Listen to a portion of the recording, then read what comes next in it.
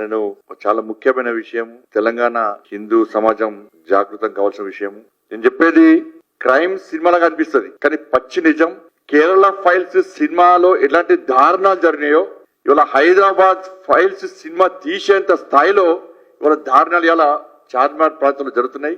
ఈ రోజు చెప్తున్నటువంటి విషయాన్ని చూస్తే నిజంగా సభ్య సమాజం ఇవాళ తలదించుకోవాల్సిన పరిస్థితి, ఆలోచించాల్సిన పరిస్థితి. ఏ ప్రభుత్వానికైనా కూడా ప్రజల యొక్క సంక్షేమం ఎంత ముఖ్యమో భద్రత అంత ముఖ్యం.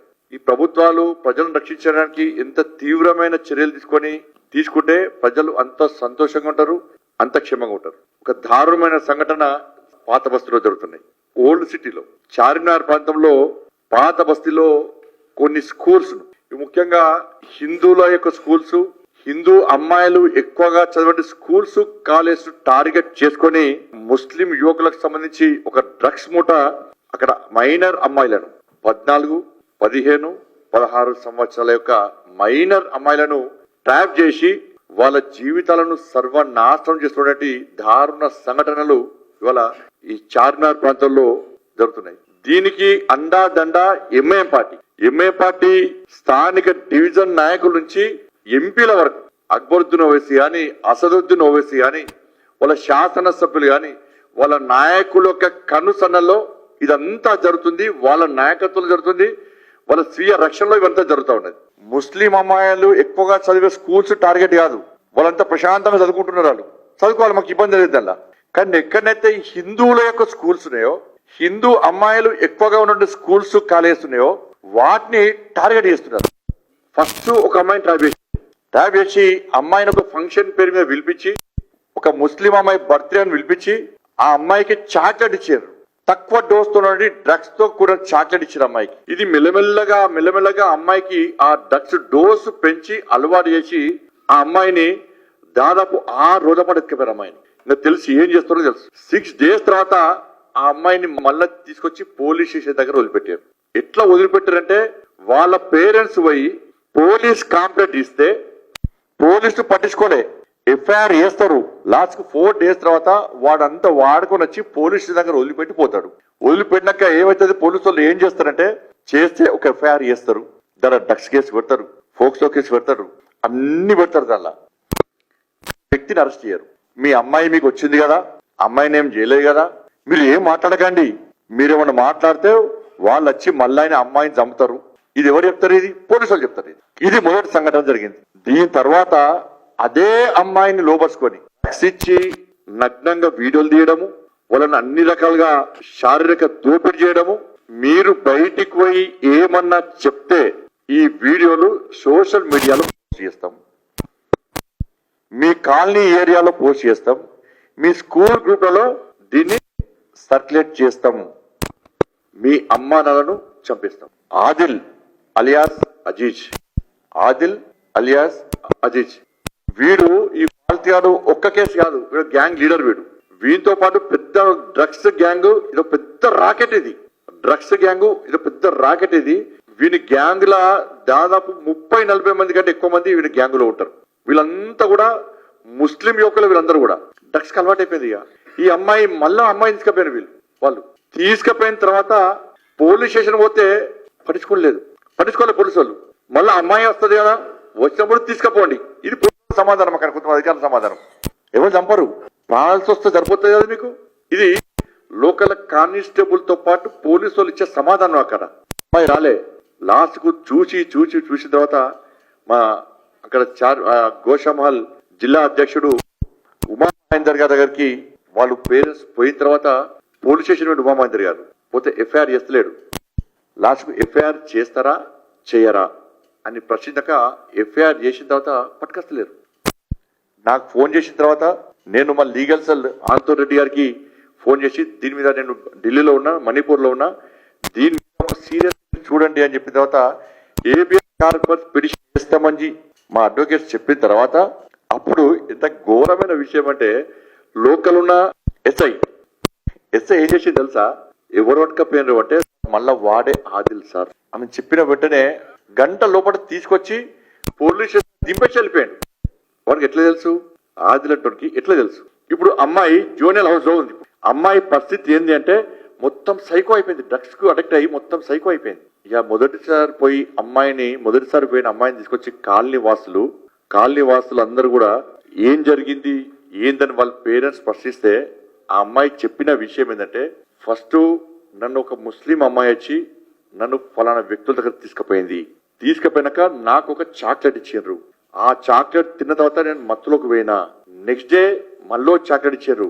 దాంతో అది ఉండలేక నాకు దానికి అడిక్ట్ అయిపోయి నన్ను మళ్ళా నెక్స్ట్ 5 days తర్వాత మళ్ళీ తీసుకుపోయి నన్ను వీడియోలు చేసిండ్రు. నన్ను ఏ రకంగా శారీరకంగా ఎంత దోపిడీ అనో ఆ దోపిడీ చేసిండ్రు. దోపిడీ చేసి నువ్వు బయట పోయి చెప్తే నీ వీడియోలు బయటికి సర్క్యులేట్ చేస్తాము, మీ అమ్మా నాన్నని చంపేస్తాము, మీరు లోకల్ కాదు, మిమ్మల్ని ఎవ్వడు కాపాడలేడు, పోలీస్ అంతా మా వాళ్ళే, ఇక మేం చెప్పిందే నడుస్తుంది చెప్పి వదిలిపెట్టాక అమ్మాయి డ్రగ్స్ కి అడిక్ట్ అయ్యి రెగ్యులర్ గా పోవడం స్టార్ట్ చేసింది. పోయినాక రాను ఏం చేసిండ్రు వీళ్ళు, నువ్వే కాదు మేము ఏ అమ్మాయిని చూపడితే ఆ అమ్మాయిని నువ్వు తీసుకొని రావాలి మా దగ్గర, మేము ఫలానా అమ్మాయిని టార్గెట్ చేస్తే ఆ అమ్మాయిని నువ్వు తీసుకొని రావాలి, తీసుకొని వస్తే నీకు డ్రగ్స్ ఇస్తాం, లేకుంటే నీకు డ్రగ్స్ ఇవ్వం, డ్రగ్స్ ఇవ్వకపోవడమే కాకుండా నేను ఈ విధంగా టార్చర్ చేస్తాం. ఈ ఒక్క అమ్మాయి చాలా మంది అమ్మాయిలు తీసుకుపోయింది. ఈ మొన్న వచ్చిన అమ్మాయిని తీసుకొచ్చి ప్రశ్నించిన తర్వాత ఆ అమ్మాయి దాదాపు 9 మంది అమ్మాయిల పేరు చెప్పింది. సార్ నేనే కాదు, ఇది నా ఒక్కదానికి సంబంధించిన ఇష్యూ కాదు, నేను చూసినప్పుడే నాకు తెలిసే దాదాపు 9 మంది అమ్మాయిలు అని చెప్పి 9 మంది అమ్మాయిల పేర్లు చెప్పింది. మనకు తెలిసి ఓన్లీ 9 మంది అమ్మాయిలే. ఇట్లా 100 మంది అమ్మాయిలు ఇవాళ అమ్మాయిలను ఈ రాకెట్ తీసుకుపోయి అన్ని రకాలుగా వాడుకొని ఏ విధంగా ఇబ్బంది పడుతుందో ఆలోచించాల్సిన అవసరం. దీనికి సపోర్ట్ ఎవరు? పోలీస్. బాగా చెప్తా పోలీసులను తీసుకొచ్చుడు పోడు. ఎఫ్ఐఆర్ లో ఇలా మేం చెప్తున్నాం, పేరెంట్స్ చెప్తున్నారు ఆదిల్ అలియాస్ అజీజ్ అని. ఏ ఎఫ్ఐఆర్ లో కూడా వాళ్ళ పేర్లు ఆదిల్ అలియాస్ అజీజ్ అని చెప్పి ఇక్కడ ఏ ఎఫ్ఐఆర్ పేరు లేదు. బాజాప్త అమ్మాయిల పేర్లు చెప్తున్నారు కానీ ఎఫ్ఐఆర్ లో ఏ ఒక్క వ్యక్తి పేరు లేదు. ఇన్ని సంఘటనలు జరిగితే ఎఫ్ఐఆర్ చేస్తున్నారు, ఎఫ్ఐఆర్ క్లోజ్ చేస్తున్నారు, ఒక్కరి మీద యాక్షన్ లేదు, ఒక్కరిని అరెస్ట్ చేయలే. ఒక పోలీస్ అధికారి అంటాడు ఇది కామన్, నీ ఇంట్లో నీ బిడ్డకో నీ చెల్లెకో అయితే కామన్ అనుకుంటాను. అందరు 16 సంవత్సరాల లోపు అమ్మాయిలు అందరూ కూడా దీని మీద వెంటనే ఒక టీం ఏర్పడేయాలి, నిజాయితీ గల్లా మంచి ఆఫీసర్ టీం వేసి నిష్పక్షపాతంగా దీని మీద విచారణ జరిపి ఈ రాకెట్ ఎవరు నడుపుతున్నాడు, ఎంతమంది దీనిలో సభ్యులు, దీనికి ఎవరు సపోర్ట్ చేస్తున్నారు, తెర వెనుక ఎవరున్నారు, దీనికి సపోర్ట్ చేసి ఇన్ని రోజులు పట్టించుకోకుండా ఆ ఫాల్తు గాళ్లకు సపోర్ట్ చేసిన పోలీస్ అధికారులు ఎవరు, కానిస్టేబుల్తో సహా అందరూ, వాళ్ళందరి మీద క్రిమినల్ కేసులు పెట్టి వాళ్ళని వెంటనే సస్పెండ్ చేసి అరెస్ట్ చేస్తే తప్ప ఈ సమస్యకు పరిష్కారం దొరకదు. ఇది మాకెందుకులే, పిల్లల ప్రాణాలు మాకు ముఖ్యం కాదు, ఆ మైనర్ అమ్మాయిల లైఫ్ మాకు అవసరం లేదు, వాళ్ళు ఏమనని ఈ గుండాలు ఏం చేసినా మాకు అవసరం లేదు, మాకు ఓట్లు కావాలి, అధికారం కావాలి, పైసలు కావాలి, ఎంఏం పార్టీ సపోర్ట్ కావాలని మీరు అనుకుంటే భారతీయ జనతా పార్టీ రక్షక దళాలను ఏర్పడేస్తాం. మేము పాత బస్తీలో 100% రక్షక దళాలను ఏర్పడేస్తాం. ఈ రక్షక దళాలు నిరంతరం మా హిందూ అమ్మాయిలను కాపాడుకోవడం కోసం పక్కా ఏర్పడేస్తాం. ఇప్పుడే రామచంద్ర గారు మా రాష్ట్ర అధ్యక్షులు ఇప్పుడు బయట మాట్లాడిన విషయం అదే. లేదు పాత బస్తీలో రక్షక దళాలు ఏర్పాటు చేద్దామని చెప్పి రామచంద్రరావు గారే నాకు సలహా ఇచ్చారు, చేద్దామని చెప్పి.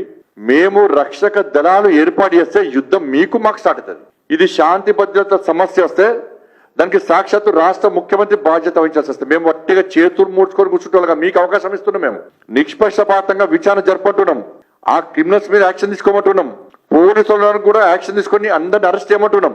మీరు కనుక చేయకుంటే గోరక్షకు సంబంధించి ఏ విధంగా దళాలు హిందూ వాహిని బజరంగ దళాలు వాళ్ళు హిందూ ధర్మ రక్షణ కోసం పనిచేస్తున్నారో పాత బస్తీతో సహా ఈ భాగ్యనగర్ లో రక్షక దళాలు మేము ఏర్పాటు చేస్తే మేము కూడా డ్రెస్ లేని పోలీసుగా మేము బాధ్యతను నిర్వహించు స్టార్ట్ చేస్తే అది శాంతి భద్రత సమస్యగా ఉత్పన్నమైతే దానికి రాష్ట్ర ముఖ్యమంత్రి బాధ్యత వహించాల్సి వస్తుంది. నేనేదో ఆవేశంతో రాజకీయ కోసం చెప్తలేను, బాధతో చెప్తున్నా, ఆవేశంతో చెప్తున్నా. ఇవాళ ఒక్క అమ్మాయి కాదు, 2 అమ్మాయిలు కాదు, 100 మంది అమ్మాయిల జీవితాలను నాశనం చేస్తే రాష్ట్ర ముఖ్యమంత్రి నీ ఇంటెలిజెన్స్ ఏమైంది నీ ఇంటెలిజెన్స్? చీమ చిట్టుకుమంటే ఇంటెలిజెన్స్ నీకు రిపోర్ట్ ఇవ్వాలి. పొద్దున ఏం జరుగుతుంది, ఈ పార్టీ ఏం చేస్తుండు, ఆ పార్టీ ఏం చేస్తుందో చెప్పడానికి అన్ని ఇంటెలిజెన్స్. మీ కాంగ్రెస్ పార్టీ నాయకుల ఆస్తిపాస్తు సంపాదించుకోవాలి కానీ ఇంటెలిజెన్స్. ఇప్పుడు ఈ మంత్రి ఏం చేస్తుండు, ఆ మంత్రి ఏం చెప్పడానికి కానీ ఇంటెలిజెన్స్.